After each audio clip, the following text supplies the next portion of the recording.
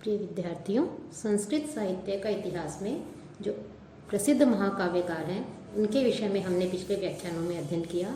उसी श्रृंखला में आज हम महाकवि भारवी के व्यक्तित्व और कृतित्व के विषय में चर्चा करेंगे कि संस्कृत साहित्य में जो प्रसिद्ध महाकाव्यकार हुए हैं उन महाकाव्यकारों में कालिदास और अश्वघोष के बाद भारवी का विशिष्ट स्थान माना जाता है। महाकवि जो भारवी हैं उनका जीवन वृत्त के विषय में केवल अनुमान ही लगाया जा सकता है, या जो संस्कृत कवि हुए हैं उन संस्कृत कवियों के विवरणों के आधार पर कुछ किंवदंतियां हैं, उन किंवदंतियों के आधार पर उनके विषय में कुछ परिचय में प्राप्त होता है कि दक्षिण का जो ऐहोड़ शिलालेख है उसमें इनका नामोल्लेख पाया जाता है। इससे यह अनुमान लगाया जाता है कि भारवी दक्षिण भारत के रहने वाले थे। एक जनश्रुति के अनुसार भारवी जो राजा भोज है उस राजा जो धारा नगरी के निवासी और राजा भोज के समकालीन बताए जाते हैं, उन राजा भोज के ये सभासद थे और धारा नगरी के निवासी थे। इनकी माता का नाम सुशीला एवं पिता का नाम श्रीधर था। भारवी का विवाह रसिका अथवा रसिकवती के साथ हुआ। इनके विषय में एक यह भी किंवदंती है, विद्वानों में यह प्रसिद्ध है, यह कहा जाता है कि जो भारवी हैं, भारवी के पिता भी उच्च कोटि के विद्वान थे, लेकिन भारवी उनसे भी बढ़कर थे, उनसे भी अधिक जो है ये विद्वान थे। लेकिन कुछ उद्दंड प्रकृति के ये थे, कुछ उद्दंड स्वभाव के थे, विनम्रशील नहीं थे। वस्तुतः उनके जो पिता हैं वो पिता उनके इस व्यवहार से अत्यधिक परेशान रहते थे।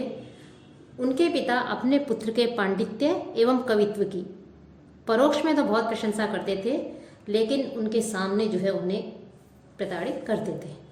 प्रत्यक्ष में वो उन्हें प्रताड़ित या प्रताड़ना इसलिए करते थे उनकी कि उनका पुत्र पांडित्य के कारण, क्योंकि वो उनसे भी अधिक निपुण है, उनसे भी अधिक जो है श्रेष्ठ है, उच्च कोटि के विद्वान हैं, इस कारण से कहीं वो अहंकारी नहीं बन जाए या उन्हें जो है अभिमान नहीं हो जाए। तो उनको निरभिमानी बनाने के लिए कि भारवी जो है अभिमानी बने रहे, इसलिए जो है वो प्रत्यक्ष में उनकी प्रताड़ना करते थे। और पिता के द्वारा की जाने वाली प्रताड़ना और निंदा से विक्षुब्ध होकर जो भारवी थे उन्होंने पिता के वध का भी निश्चय किया कि वो जो है उनका वध कर देंगे। लेकिन एक दिन भारवी ने छिपकर पिता के मुख से जो है अपनी प्रशंसा सुनी कि पिता के द्वारा अपनी माता के समक्ष एकांत में अपनी जब प्रशंसा सुन रहे थे तो उसको सुनकर के उन्हें अंदर बड़ी ग्लानि हुई और पितृवध के निश्चय के कारण का जो अपराध का के विषय में उसने सोचा था, उस अपराध का प्रायश्चित करने के लिए जो है वो अपने पिता के चरणों में गिरकर रो पड़े और पिता के पूछने पर भारवी ने अपने मानसिक अपराध को स्पष्ट किया कि मैं आपका वध करना चाहता था, और इसके पश्चात उन्होंने अपने पिता से प्रायश्चित की आज्ञा मांगी और अपराध का प्रायश्चित करने के लिए अपने पिता से दूर अपनी ससुराल में जाकर के जो है वो करीब 12 वर्ष तक जो है वहाँ रहे, और वहीं रहकर उन्होंने अपने महाकाव्य, जो कि उनका एकमात्र महाकाव्य माना जाता है, किरातार्जुनीयम, उस महाकाव्य की रचना प्रारंभ की। लेकिन धनाभाव के कारण दुखी होकर वो अत्यधिक धनाभाव से पीड़ित रहते थे, दुखी रहते थे, और उन दिनों वे जब किरातम नामक जो महाकाव्य है, किरातार्जुनीयम नामक जो महाकाव्य है, उसकी रचना कर रहे थे, तो उनकी जो पत्नी थी वो अर्थाभाव से अत्यधिक पीड़ित थी, दुखी थी। तो उनको अपनी पत्नी को अत्यधिक पीड़ित देखकर, धनाभाव के कारण दुखी देखकर, उन्होंने एक बार एक जो श्लोक है उस श्लोक का आधा भाग जो है भारवी ने लिख करके अपनी पत्नी को दे दिया और अपनी पत्नी को कहा कि वह उसे किसी धनी मित्र के गिरवी रखकर इच्छा के अनुसार यथेच्छ धन जो है वो लेकर के आ जाए। तो उन्होंने जो आधा श्लोक लिखा था, भारवी ने लिख करके जो अपनी पत्नी को दिया था, वो लिखा हुआ जो श्लोकार्थ था, उस श्लोकार्थ को लेकर के जो उनकी पत्नी थी वो पत्नी एक सेठ की पत्नी को दे करके आ गई और उसके बदले में उस धन को, जो उसे धन मिला, उस धन को ले आई। अर्थात पत्नी ने नगर सेठ के पास जाकर के वह श्लोक धरोहर के रूप में रख दिया। वो श्लोक कौन सा था? सहसा न विदधित न क्रियाम, अर्थात बिना सोचे समझे कोई कार्य नहीं करना चाहिए।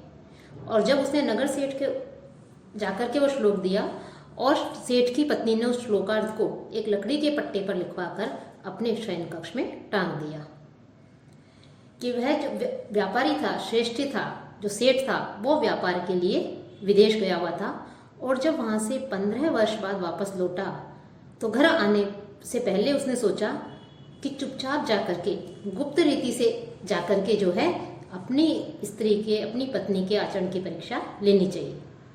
जब वह बिना सूचना दिए घर आया तो वहाँ घर आकर के उसने ये देखा कि उसका एक नवयुवक और उसकी पत्नी दोनों एक शयन कक्ष में सो रहे थे।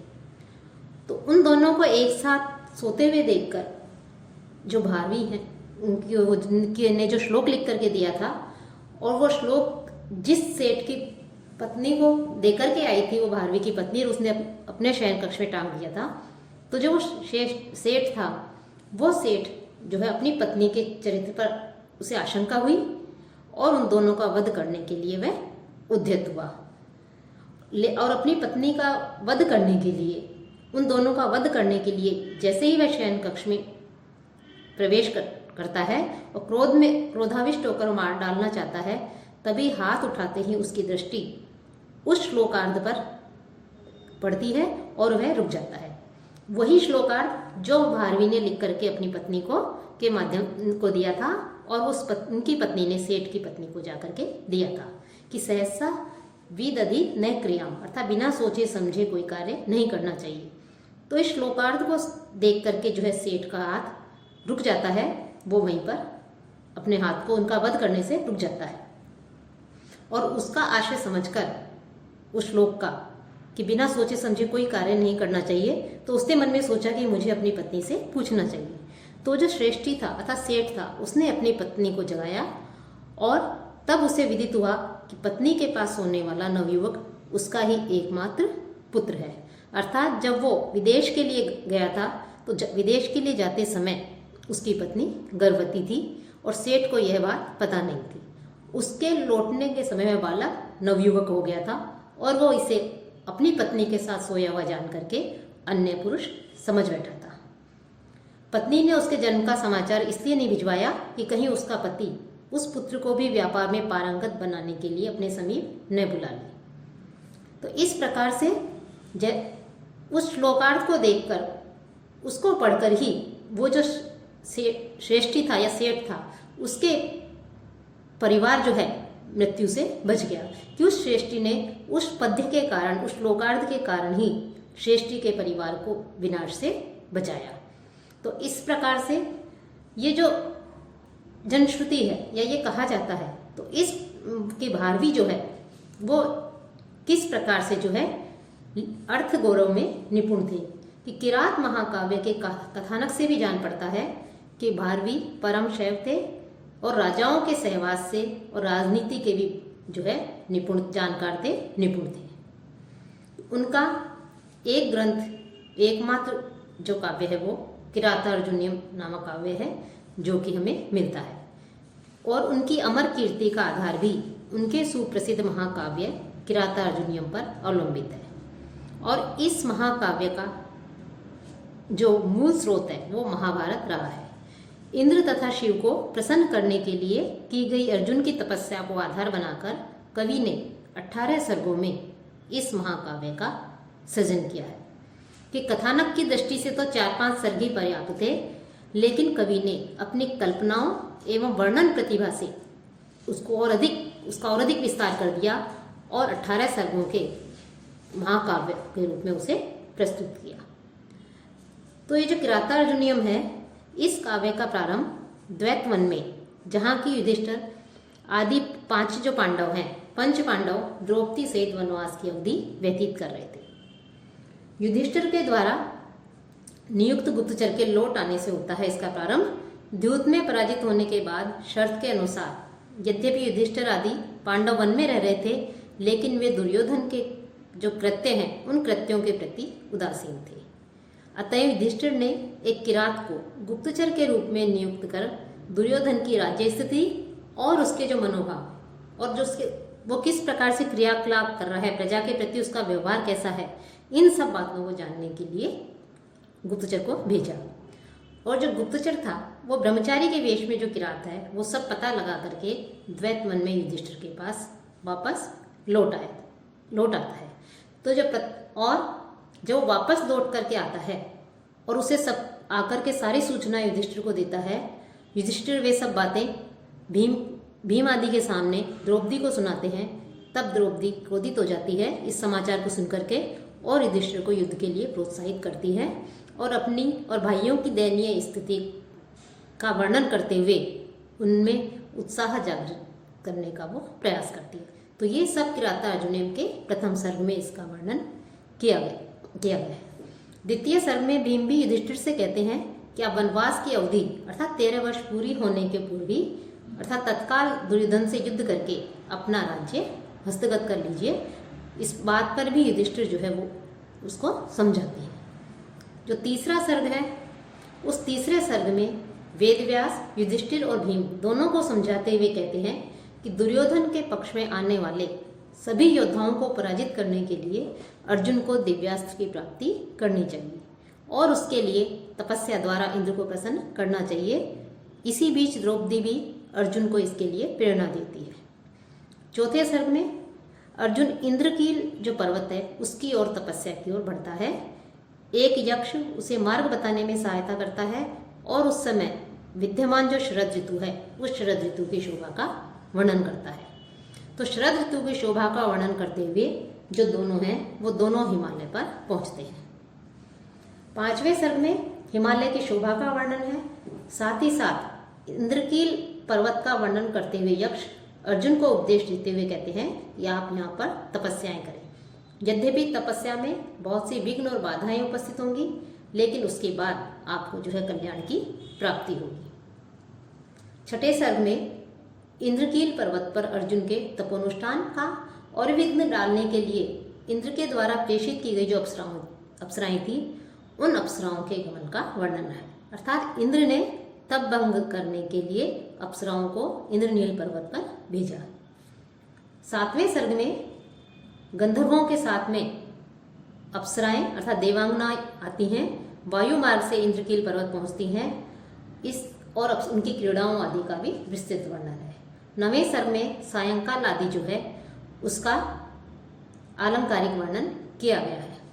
जो 10वां सर्ग है उसमें अर्जुन को आकर्षित करने के लिए कि देवांगनाएं जो हैं या जो अप्सराएं हैं वो अर्जुन के तप को भंग करने के लिए 6 ऋतुओं की सहायता से विविध प्रकार के मादक वातावरण उत्पन्न किए पर अप्सराओं की इन काम क्रीड़ाओं और एवं नृत्य गान आदि का वर्णन है, लेकिन उन सब का अर्जुन के ऊपर कोई प्रभाव नहीं पड़ता। अप्सराएं स्वयं जो है उसके सौंदर्य पर मुग्ध हो जाती हैं, लेकिन उसे तपस्या को भंग करने में असफल होने के कारण वो गंधर्वों के साथ अपने अपने स्थान पर चली जाती हैं, अर्थात वापस स्वर्ग को लौट जाती हैं। 11वें सर्ग में अर्जुन के तपोनुष्ठान को देखने के लिए वहाँ इंद्र का आगमन होता है और महादेव जो है उनको प्रसन्न करने के लिए उनको विजयार्थ उत्तर देकर वहाँ से जो है महादेव अंतर्ध्यान हो जाते हैं। अर्थात इंद्र का आगमन होता है और उससे जो है अर्जुन का वार्तालाप उसमें बताया गया है 11वें सर्ग में। और इंद्र जो है दूसरा वेश धारण करके आते हैं, मुनि के वेश में आते हैं, अर्जुन के सम्मुख उपस्थित होते हैं और जब इंद्र अपने वास्तविक स्वरूप को प्रकट कर देते हैं और शिव की कृपा प्राप्त करने के लिए कह करके इंद्र वहाँ से चले जाते हैं। 12वें सर्ग में अर्जुन शिव की आराधना में संलग्न होकर घोर तप करने लगते हैं। ऋषि मुनियों ने शिव से प्रार्थना की और शिव ने ऋषियों को अर्जुन का वास्तविक स्वरूप समझाया। इसी समय मूक नामक एक दानव वाराह का रूप धारण कर अर्जुन को मारने के लिए तैयार हुआ। शिव किरात का रूप धारण कर अर्जुन की रक्षा के लिए चलने लगे और अपने गणों जो हैं उन गणों से पीछे आने के लिए कहा। अर्थात भगवान शिव को प्रसन्न करने के लिए अर्जुन पुनः फिर वापस तपस्या में दत्तचित्त जो होते हैं उसका वर्णन है। 13वें सर्ग में अर्जुन की वीरता की परीक्षा के लिए शिव जब उसके पास दानव को वराह के रूप में भेजते हैं तो अर्जुन अपने तीर से जो है उसे समाप्त का वध कर देते हैं, ठीक उसी समय किरात वेशधारी भगवान शिव जो है वो उनका बाण भी उस वराह को अर्थात शूकर के शरीर में लगता है। 14वें आगे के जो सर्ग हैं उनमें किरात के जो सेवक हैं वो अर्जुन के पास जाकर अपने स्वामी के बाण से मारे गए शूकर को लाना चाहते हैं, लेकिन अर्जुन कहता है कि ये उसने वध किया है, उसके बाण से उसका वध हुआ है, अर्जुन देना नहीं चाहते। इस बात को लेकर के दोनों के बीच में जो है वार्तालाप होता है कि शिव ने अपने गणों को सेना की जो सेना है उनको अर्जुन से युद्ध करने के लिए भेजा और वीर अर्जुन से पराजित होकर शिव की सेना भाग जाती है। इसके पश्चात अर्जुन और शिव का भयंकर युद्ध होता है। किरात की रण कुशलता को देखकर अर्जुन और भी क्रोधित हो उठता है और वह उन्हें परास्त नहीं कर सका। शिव ने उसके सभी दिव्यास्त्र भी काट दिए, अर्थात उनके जो दिव्यास्त्र हैं उन सब दिव्यास्त्रों को जो है शिव काट देते हैं। तो तपस्वी अर्जुन और किरात वेशधारी जो शिव थे उनकी युद्ध कुशलता का इसमें वर्णन किया गया है और पुनः उसे पराजित करने हेतु युद्ध में उत्साह के साथ वो प्रवृत्त होते हैं। अर्जुन मल्ल युद्ध के लिए प्रवृत्त होते हैं। और फिर इस 17वां सर्ग जो है उसमें अन्य कोई उपाय प्राप्त न करके अर्जुन ने भी बड़ी बड़ी चट्टानों व वृक्षों को लेकर के जो है शिव पर प्रहार किया, अर्थात अर्जुन और शिव के मध्य होने वाले युद्ध का इसमें वर्णन किया गया है। अंतिम जो सर्ग है 18वां उसमें कि शिव और अर्जुन के बीच मल्ल युद्ध अर्थात बाहु युद्ध का वर्णन है और अंत में शिव अर्जुन के पराक्रम से प्रसन्न होकर के अपने वास्तविक स्वरूप में आ जाते हैं और वास्तविक स्वरूप को जब वो प्रकट कर देते हैं तो अर्जुन जो है वो शिव की स्तुति करता है और उनसे पाशुपत अस्त्र और शत्रुओं पर विजय पाने का आशीर्वाद प्राप्त करता है। इसके पश्चात इंद्रादि जो देवता हैं उन देवताओं से दिव्यास्त्रों को प्राप्त करके युधिष्ठिर के साथ द्वैत वन में अर्जुन जो है लौट आता है। तो इस प्रकार ये संक्षेप में जो है किराता अर्जुनियम जो महाकाव्य है इस महाकाव्य की ये कथा वस्तु है। और किराता अर्जुनियम महाकाव्य इस महाकाव्य में वीर रस जो है वो प्रमुख माना गया है कि वीर रस प्रधान है। श्रृंगार आदि जो रस हैं वो रस जो है इसके अंगीभूत रस कहे जाते हैं। साथ ही इसमें कवि ने वीर रस की निष्पत्ति के लिए रसानुकूल जो वर्ण है उन वर्णों का विन्यास कर वीरता के वातावरण को झंकृत किया है। भीम एवं अर्जुन की उक्तियों तथा कार्य व्यापार के द्वारा वीर रस की यहाँ पर व्यंजना हुई है। किरात वेशधारी शिव के साथ अर्जुन के मल्ल युद्ध को रूपायित करने में भी कवि ने वीरता का भाव भर दिया है।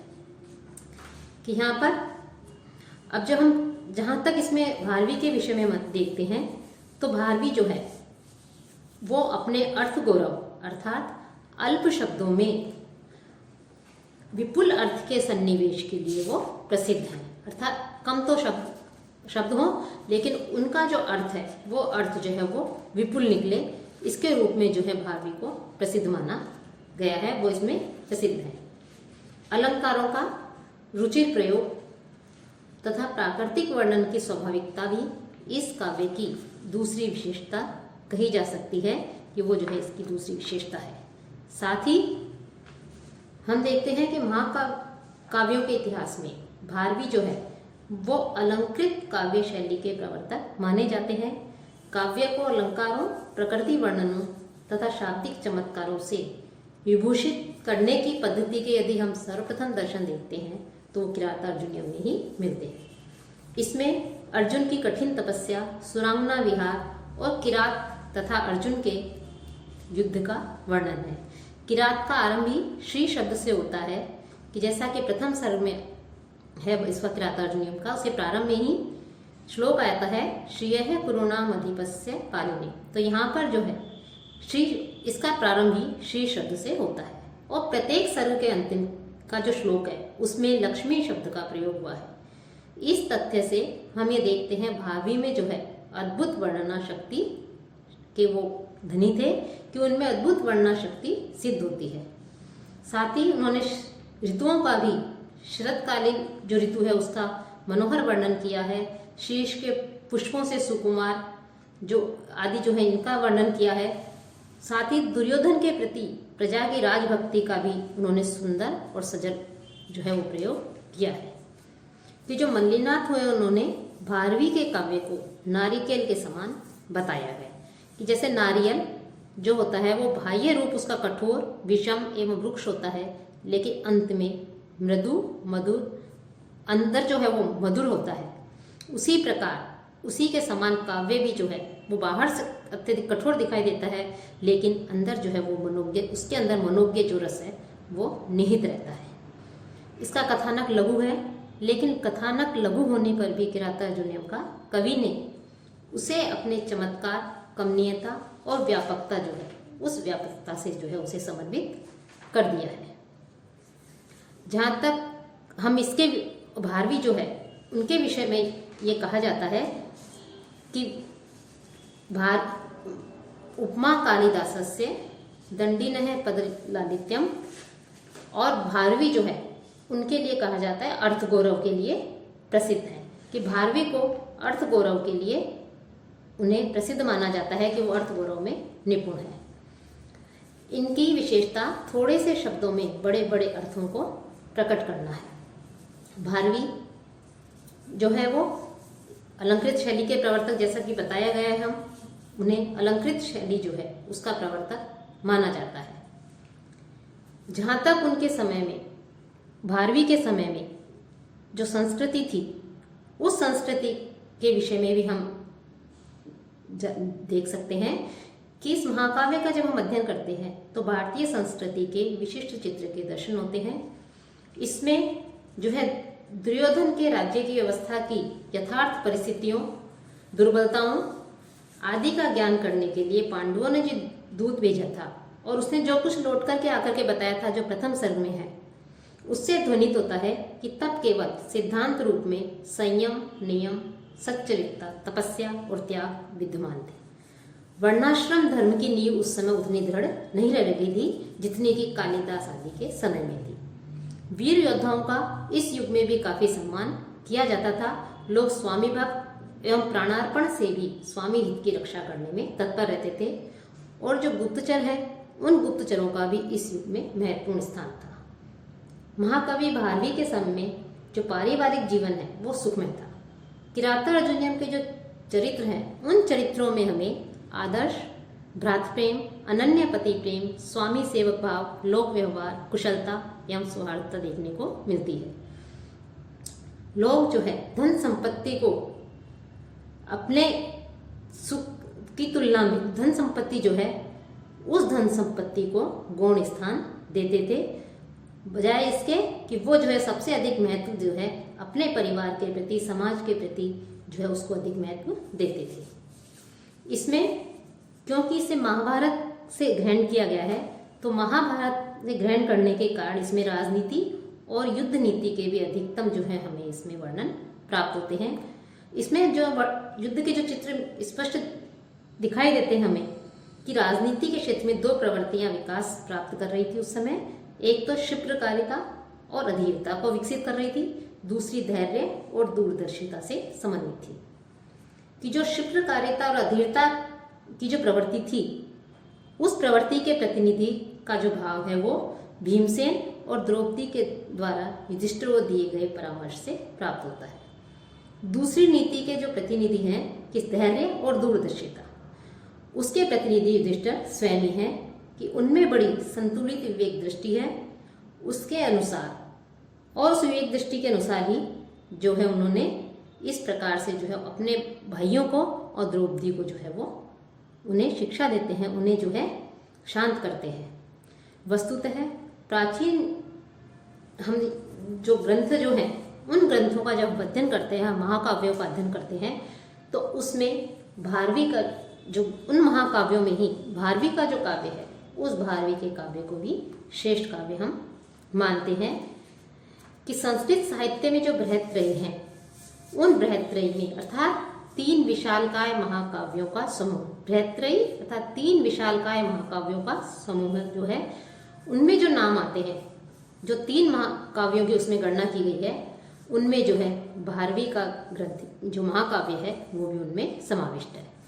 कि सबसे पहले भारवी कृत किराता अर्जुनीयम, दूसरा माघकृत शिशुपाल वध, और तीसरा हर्षकृत श्री हर्षकृत नैषधीय चरित। इसमें जो है भारवी का इस बृहत्रयी में इस किराता अर्जुनियम को भी जो है प्रमुख स्थान दिया गया है कि इसका भी जो है प्रमुख स्थान है कि भारवी जो है वो कविता में गीतिमय माधुर्य की अपेक्षा वर्णनात्मक और तर्कात्मक ओज की उन्होंने प्रधानता दी है।